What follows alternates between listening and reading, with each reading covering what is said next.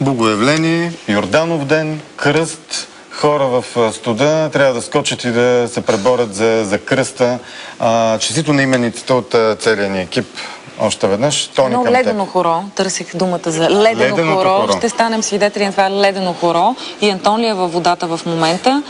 Едни смели и очевидно много разгорещени мъже влизат в водите на река Тунджа на връх Йорданов ден и сега това нещо ще го видим на живо. Тони, здравей и честит празник. Само искам да ти и честите и нова година, защото днес арменците посрещат нова година.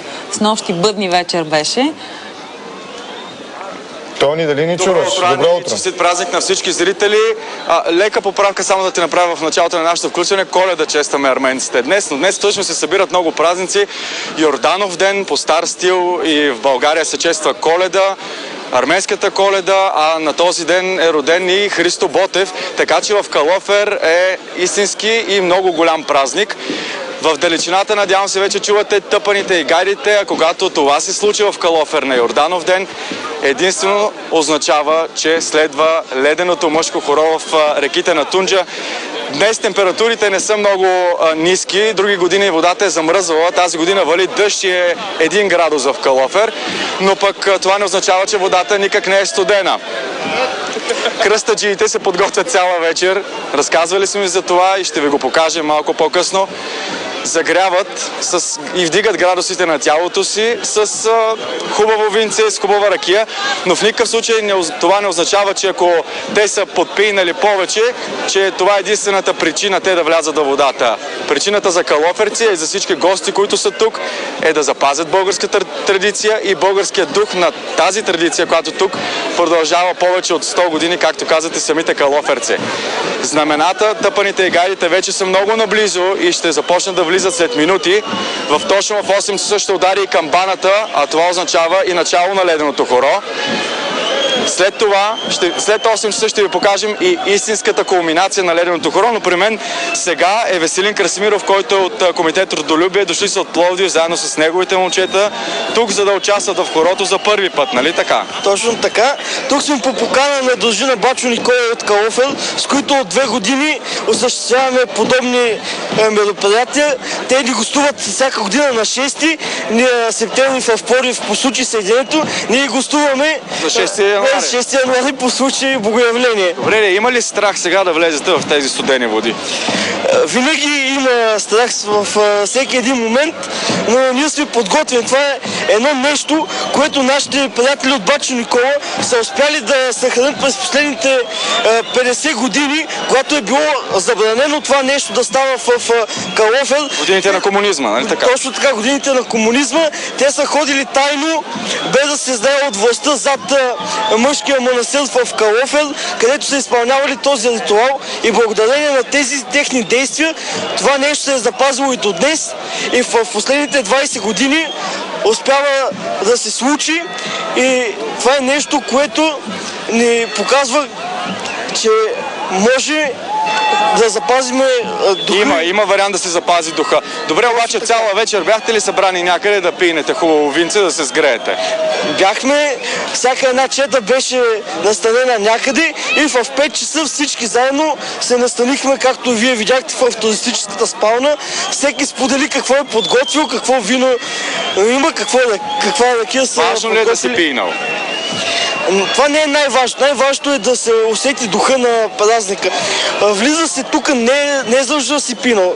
Влиза се за да усетиш самия дух, за да усетиш ледените води и да си знаеш, че през цялата година ти ще бъдеш жив и здрав. И така казват и калоферци, между другото, който влезе във водите на Тунджа, на Йорданов ден, никой не се е разболял. Пушки пукат, камбаната вече бие. Не ви казах защо съм облечен така.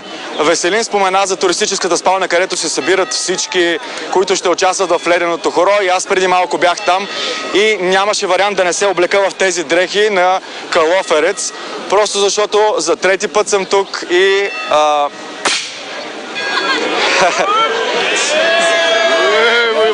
за трети път съм тук и всички казват ми, че трябва да вляза в това хоро и че съм обещал предишните години. Споделям нещо лично, че предишните години бях болен и нямаше вариант да вляза с висока температура в ледените води. Тази година ще видим какво ще се случи. да приключат успешно включванията ни. Така че в кубински или в калоферски одежди не съм затъкнал в пояса си пищови, както Веселин, но съм затъкнал телефона, с който правя прякото включване. Ето получавам нощи, това е лекама. Каракулак, който се използва от нашите хайдути по време на освободителните борби с турското робство. Това е нож, който е на над 150 години. Добре. Колеги, имате ли още нещо да споделите или да ме попитате, защото тук вече започват.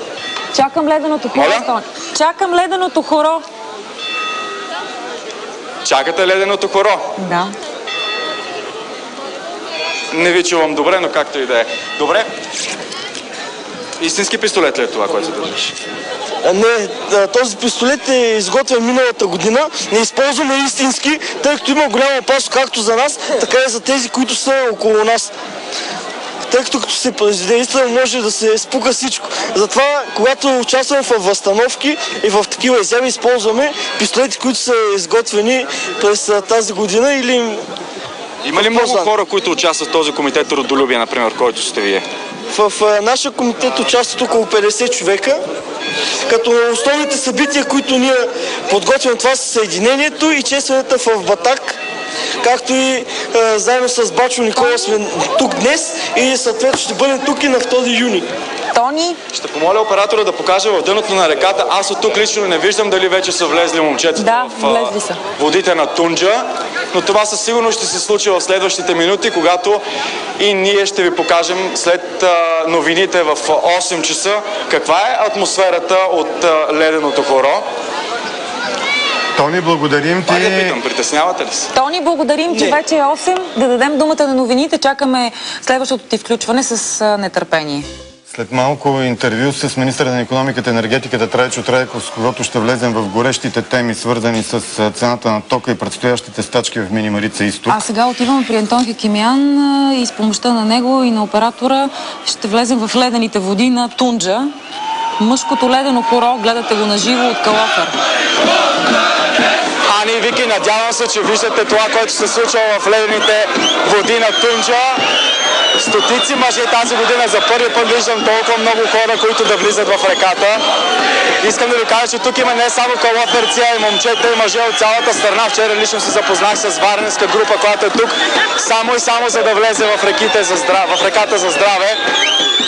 Точно преди една минута хвърлиха кръста и както е традицията в Калофер, този, който го хване, го дава на най-малкия участник, който е на раменете на някой от мъжете. Виждате, че водите, всъщност ледените води на Тунджа вече не са толкова ледени, защото от всякъде се вдига пара, със сигурност вътре ври и кипи и не е чак толкова студено, колкото си мислите. Оставям ви да се насладите малко на атмосферата.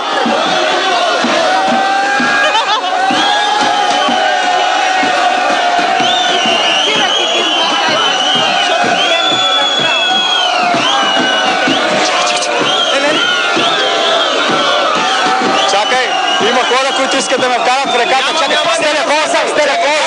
Не мога, чакай. Айде,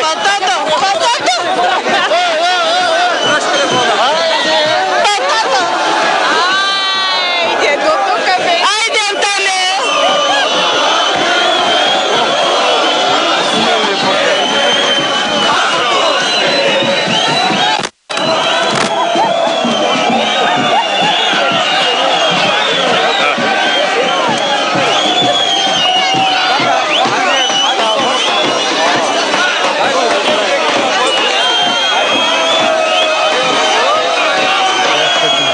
Нямаме връзка вече с Антон. Той е част от мъжкото хоро в Тунджа. Честит празник още веднъж на всички, да са живи и здрави. Богоявление, Йорданов ден.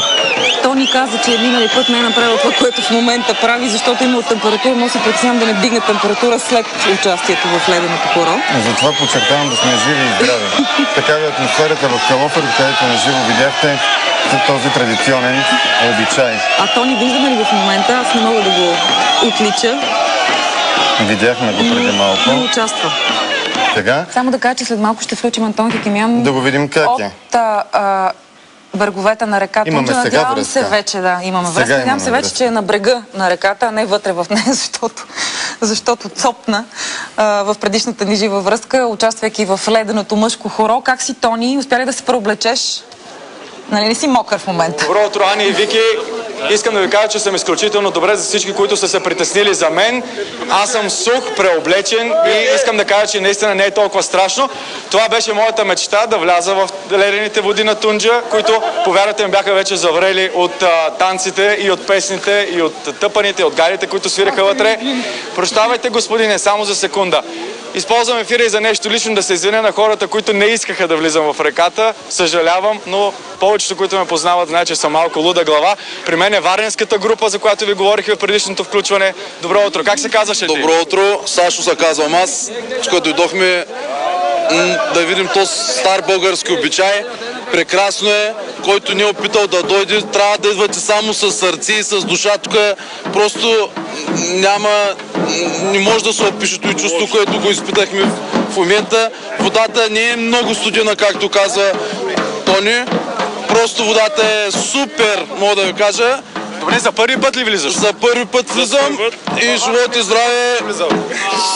Всяка година трябва да идваме да влизаме. Трябваше ли ти много да се престрашиш, например? Въобще не ми трябваше да се престраша, даже който си мисля, че съм пил до сутринта, не съм трица, си легнах при малко направо на хората се включих. Алкохола не е най-важното, най-важното е духа, най-важното е да чувстваш всичко българско, тук са само войводи са тук.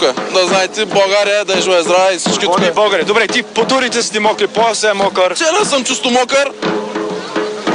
Не замръзнеш. Екаре, Добре, кажи как ги усещате в реката, като ти беше вътре. Ами страхотно е усещането в реката. И наистина. Не е студено. Защо тогава питаш хората дали ще било сега? Нищо, за да могат тези, които гледат по телевизията в момента, да разберат. Ето варненско вино. Специално го носим да напълни менчето на Калофер. Червено, мерло, варненско. Специално го носим да... Домашно ли е? Добре, не може да отречеш, че има и подпинали хора. Има подпинали хора, но няма как, има всякакви хора. Да правим спекулации, не е така? Айде да ни задаваме въпроси такива, нали? Какви спекулации? Всичко. Чакай сега. Няма, тук само българи, няма варненци, няма само българи. Какво те интересува? Има ли пияни? Няма. Омаяни много. Много омаяни, но няма пияни. Нека да отпразнуваме Калоферци ще запазят тази традиция. Цял живот. Всичко заедно И така ще продължава. И сега! Ето за това сме голям народ. Хората празнуват от когато се помнят. Тук аз бях и в къщата на кмета.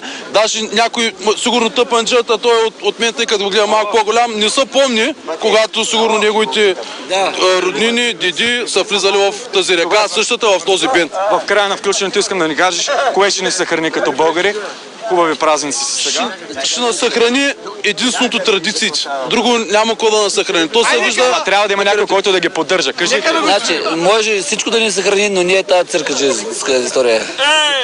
Това ли? Това е църкаджийска история. Да, чу. В реката? Около нея. Нека да го свирим. И на здраве, сърце. Не може. Той Антон писа с нас до сутринта. Искам да ви кажа също така, Ани, в края на включването, че наистина явно не е чак толкова важно да си пил, защото ние не бяхме пили. Аз поне не бях пил, като влизахме в реката. Оставаме ги момчетите да отидат да се преоблекат, защото навън може да не е студено, обаче все пак са си мокри. Тони, благодарим ти. Е България. Хубав празник на всички. Сега от студеното отиваме направо на топло.